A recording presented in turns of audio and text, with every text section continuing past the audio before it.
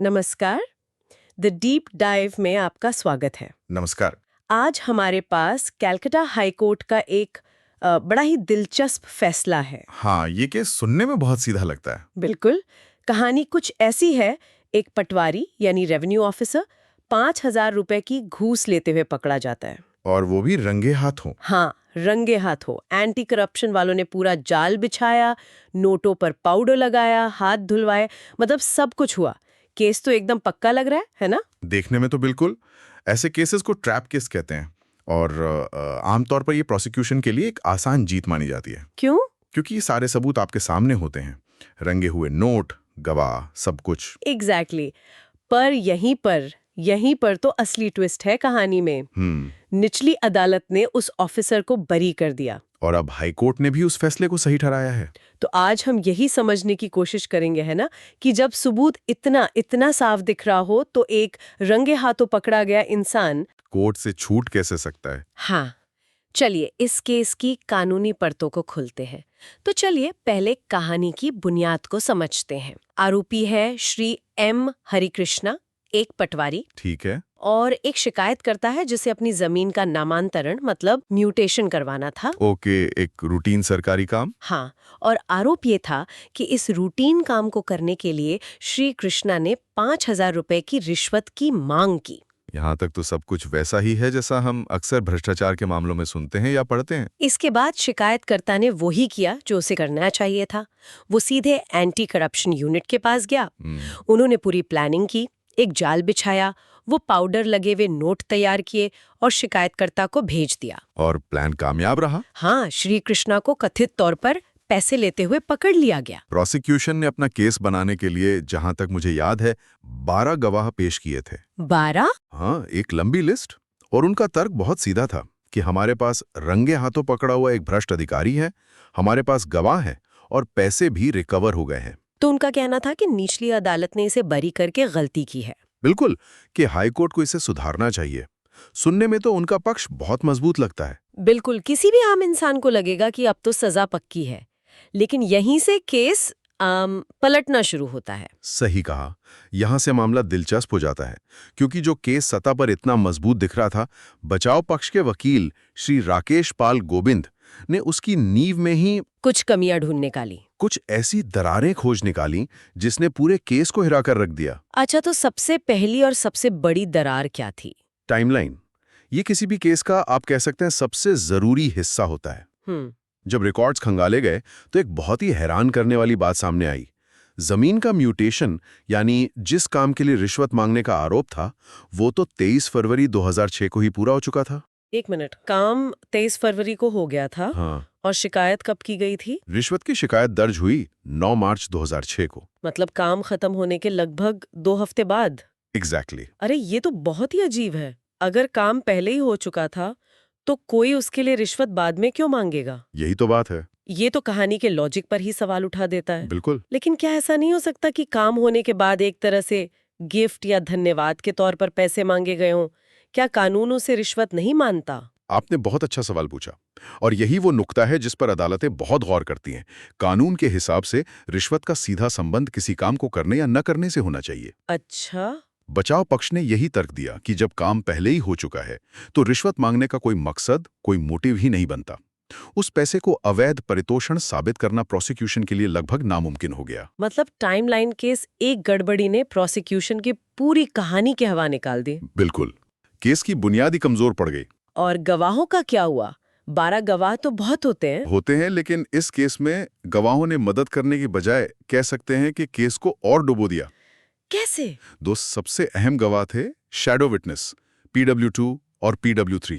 इनका काम होता है छिपकर लेन देन की पूरी बातचीत सुनना और देखना, ताकि वो कोर्ट में गवाही दे सके। हाँ, कि मैंने अपनी आंखों से रिश्वत मांगते और लेते हुए देखा है। ये किसी भी ट्रैप केस के सबसे पक्के गवाह माने जाते हैं। बिल्कुल। लेकिन यहाँ क्या हुआ कि पहला शैडो विटनेस PW2 अपने बयान से ही मुकर गया। क्या बात कर रहे हैं? हाँ, उसने प्रोसिक्यूशन की कहानी को सपोर्ट करने से इनकार कर दिया। ऐसे गवाह को अदालत में पक्षद्रोही यानी हॉस्टाइल घोषित कर दिया जाता है। ये तो प्रोसिक्यूशन के लिए एक बहुत बड़ा झटका रहा होगा। बहुत बड़ा। और दूसरा वाला PW3, उसने ये तो नहीं कहा कि ऐसा कुछ नहीं हुआ, लेकिन उसने ये भी नहीं कहा कि उसने आरोपी को रिश्वत मांगते या लेते हुए देखा। मतलब उसकी गवाही एकदम धुंधली थी। हाँ, जिससे कुछ भी साफ साबित नहीं हो रहा था। और तो और क्रॉस एग्जामिनेशन में इन दोनों ने ये मान लिया कि जाल बिछाने से जुड़े जो दस्तावेज थे उन पर उन्होंने मौके पर नहीं बल्कि बाद में पुलिस स्टेशन में बैठकर दस्तखत किए थे। ओहो, मतलब पूरी प्रक्रिया ही सवालों के घेरे में आ गई। ये तो ऐसा है कि मैच के बाद स्कोर कार्ड लिखा जा रहा हो। बिल्कुल। इससे ये शक पैदा होता है कि क्या सब कुछ वैसा ही हुआ जैसा कागजों पर दिखाया जा रहा है। कोई और भी गड़बड़ थी? एक और थी।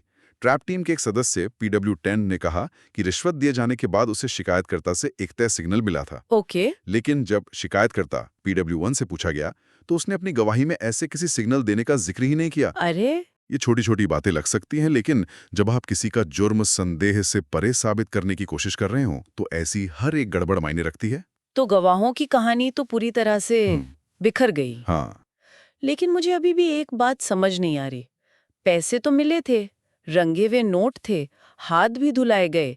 क्या ये सब अपने आप में काफी नहीं होता? और यही वो आम धारणा है जिसे अदालतें बहुत सावधानी से देखती हैं। मुझे लगा था कि यही तो सबसे बड़ा सबूत है। आप बिल्कुल सही जगह पर सवाल उठा रही हैं। यहीं पर भ्रष्टाचार से जुड़े कानून का एक बहुत महत्वपूर्ण सिद्धांत सामने आता है।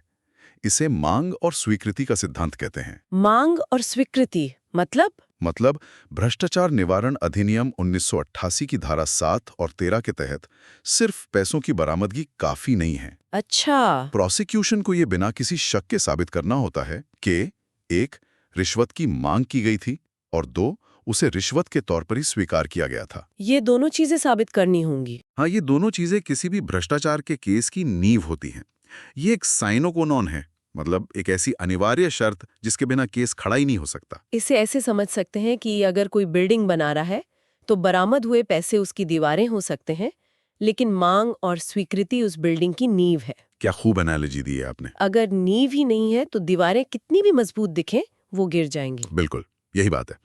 अदालत ये कहती है कि हो सकता है पैसा किसी और वजह से दिया गया हो, कोई पुराना उधार चुकाया हो या शायद जबरदस्ती जेब में डाल दिया गया हो। इसलिए सिर्फ पैसा मिलना जुर्म साबित नहीं करता।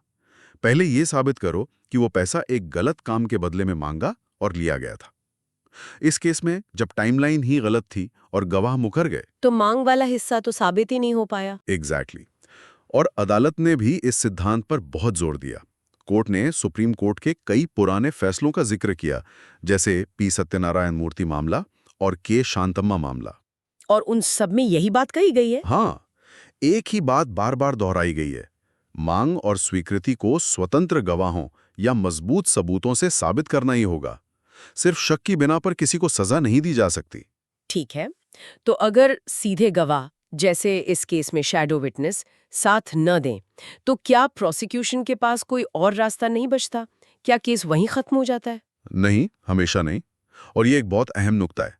कानून इतना सीधा भी नहीं है। अच्छा? हाँ, अदालत ने इस फैसले में नीरज दत्ता बनाम राज्य के एक ऐतिहासिक मामले का जिक्र किया, जो सुप्रीम कोर्ट की संविधान पीठ का फैसला है। मतलब ये देश का कानून है? हाँ, उस फैसले में सुप्रीम कोर्ट ने कहा था कि अगर सीधे सबूत, जैसे किसी गवाह का बयान, मौजूद नहीं है या वो मुकर गया है, तब भी केस खत्म नहीं होता। तो फिर क्या होता है? मांग और स्वीकृति को परिस्थितिजन्य साक्ष्य, यानी सर्कमस्टेंशियल एविडेंस के आधार पर भी साबित किया जा सकता है। हाँ, जैसे हम अक्सर मर्डर मिस्ट्री में देखते हैं। सीधे तौर पे किसी ने कत्ल करते नहीं देखा, लेकिन मौके पर मिले सबूतों से कड़ियां जोड़कर एक तस्वीर बनाई जाती है। बिल्कुल। तो यहां पर भी वैसी ही उम्मीद थी कि बाकी के सबूत कहानी बता देंगे। प्रोसिक्यूशन के लिए यही आखिरी उम्मीद थी। और उनका सबसे बड़ा परिस्थितिजन्य साक्ष्य क्या था? वो गुलाबी घोल। हाँ, वो केमिकल टेस्ट। फिनोफ्थलीन पाउडर लगे नोटों को जब सोडियम कार्बोनेट के घोल में डालते हैं तो उसका रंग गुलाबी हो जाता है, जिससे साबित होता है कि आरोपी ने उन नोटों को छुआ था। ये तो एक वैज्ञानिक सबूत है। इसे कैसे झुठलाया जा सकता है? लगना तो यही चाहिए। लेकिन इस केस में जो सबसे बड़ा वैज्ञानिक सबूत था, उसी को संभालने में ऐसी ऐसी प्रक्रियात्मक खामियां निकली कि उसकी विश्वसनीयता ही खत्म हो गई। बिल्कुल। जब सेंट्रल फॉरेंसिक साइंस लैब यानी CFSL के विशेषज्ञ से कोर्ट में जिरा हुई, तो बचाव पक्ष के वकील ने एक एक करके कई चौंकाने वाली बातें निकाली। जैसे कि पहली बात, CFSL रिपोर्ट में ये लिखा ही नहीं था कि जांच के लिए जो सैंपल की बोतलें भेजी गई थी वो उन्हें मिली कहां से थी। मतलब सोर्स का कोई जिक्र नहीं था। कोई जिक्र नहीं। दूसरी, रिपोर्ट में ये नहीं बताया गया था कि सैंपल किस सील के तहत भेजे गए थे। ये बहुत जरूरी होता है, क्योंकि अगर सील का रिकॉर्ड नहीं है तो कोई भी कह सकता है कि सबूत से छेड़छाड़ हुई है। मतलब चेन ऑफ कस्टडी टूट गई। हाँ, जिसे चेन ऑफ कस्टडी का टूटना कहते हैं। बाप रे, ये तो बहुत बड़ी चूक है। यही नहीं, रिपोर्ट में करेंसी नोटों की संख्या तक नहीं लिखी थी। और सबसे अजीब बात, ये भी दर्ज नहीं था कि लैब में उन बोतलों को कब खोला गया या असल में जांच किस तारीख को हुई। मतलब पूरा का पूरा प्रोसीजर हवा में था, कोई रिकॉर्ड ही मेंटेन नहीं किया गया था। सही कहा। और इन सब का नतीजा क्या निकला? क्या? नतीजा ये हुआ कि जब सबूत के तौर पर वो बोतलें अदालत में पेश की गईं, तो उनमें मौजूद तरल का रंग गुलाबी था ही नहीं। क्या बात कर रहे हैं? वो रंगहीन हो चुका था। वो सबूत जो प्रोसिक्यूशन का तुरुप का इक्का था, वो कोर्ट के सामने आते आते एक साधारण रंगहीन पानी की बोतल बन चुका था। मतलब जो सबसे बड़ा वैज्ञानिक सबूत था, वो कोर्ट रूम में आकर फुस हो गया। हाँ, एक एक करके सारी कड़ियां टूटती चली गईं। तो इसका मतलब ये हुआ कि प्रोसिक्यूशन मांग और स्वीकृति जैसे बुनियादी तथ्यों को साबित नहीं कर पाया। बिल्कुल, जिन्हें कानून में फाउंडेशनल फैक्ट्स कहते हैं। और इसीलिए सबूत का बोझ कभी भी आरोपी पर आया ही नहीं। वो जो एक अनुमान होता है, प्रिजम्पशन, उसका क्या हुआ? कानून की धारा 20 के तहत एक अनुमान लगाया जाता है कि अगर किसी सरकारी कर्मचारी से पैसा बरामद हुआ है तो वो रिश्वत ही होगी। हाँ, लेकिन अदालत ने साफ किया कि ये अनुमान आप तभी लगा सकते हैं जब आप अपनी नींव यानी मांग और स्वीकृति को पहले मजबूती से साबित कर दें। इस केस में तो नींव ही गायब थी। तो अगर हम इस पूरे मामले को संक्षेप में देखें, राज्य ने कहा कि एक अधिकारी को रिश्वत लेते रंगे हाथों पकड़ा गया, लेकिन बचाव पक्ष ने दिखाया कि जिस काम के लिए रिश्वत का आरोप था, वो काम तो हफ्तों पहले ही हो चुका था। सही है। जो मुख्य गवाह थे वो या तो मुकर गए या उनकी गवाही में विरोधाभास था। हाँ। और जो सबसे बड़ा रासायनिक सबूत था, उसे संभालने की प्रक्रिया में इतनी खामियां थी कि उस पर भरोसा ही नहीं किया जा सकता। बिल्कुल, यही इस पूरे केस का सार है। इन्हीं सब कारणों को देखते हुए हाईकोर्ट ने कहा कि निचली अदालत के बरी करने के फैसले में कोई भी कमी नहीं है और उसमें दखल देने का कोई कारण नहीं बनता। कोई कारण नहीं बनता। अदालत ने माना कि प्रोसिक्यूशन अपने मामले को संदेह से परे साबित करने में बुरी तरह से नाकाम रहा। तो अंत में क्या हुआ? अंत में राज्य सरकार की अपील जो CRS 7 ऑफ 2025 के नाम से दर्ज थी, उसे खारिज कर दिया गया और श्री M हरिकृष्णन को बरी करने के फैसले को बरकरार रखा गया। हाँ, उनकी रिहाई बरकरार रही। ये फैसला हमें दिखाता है कि एक ट्रैप केस जो सतह पर देखने में इतना सीधा और मजबूत लगता है, वो कानून की बारीकियों के सामने कैसे टिक नहीं पाता। सही बात है। ये सिर्फ किसी को पैसे के साथ पकड़ने के बारे में नहीं है, ये पूरी कहानी को साबित करने के बारे में है कि मांग क्यों की गई, उसका मकसद क्या था। हाँ, और उसे स्वीकार किया गया। इन सब को बिना किसी शक के साबित करना होता है। अगर कहानी में एक भी झोल है तो आरोपी को संदेह का लाभ यानी बेनिफिट ऑफ द डाउट मिल जाता है। और ये हमें एक बहुत बड़े सवाल पर लाकर छोड़ देता है। किस सवाल पर? हमारी कानूनी व्यवस्था में ये जो प्रक्रियाएं हैं, जो प्रोसीजरल नियम हैं, जैसे सबूत को ठीक से सील करना, हर चीज का रिकॉर्ड रखना, ये कितने ज्यादा जरूरी हैं। हाँ, ये बहुत महत्वपूर्ण है। अक्सर लोगों को लगता है कि ये सब टेक्निकलिटी है, छोटी मोटी बातें हैं, पर ये केस दिखाता है कि ये छोटी बातें नहीं है। और जब इन प्रक्रियाओं में दरारें आती हैं तो न्याय की पूरी इमारत हिल सकती है। तो सोचने वाली बात यह है कि क्या हम एक ऐसी व्यवस्था चाहते हैं जहां नतीजा जल्दी आए, भले ही कुछ नियम टूट जाएं, या हम एक ऐसी व्यवस्था चाहते हैं जहां हर नियम का पालन हो, भले ही कभी-कभी कोई दोषी छूट जाए? ये एक मुश्किल सवाल है। हाँ, और इसका कोई आसान जवाब नहीं है।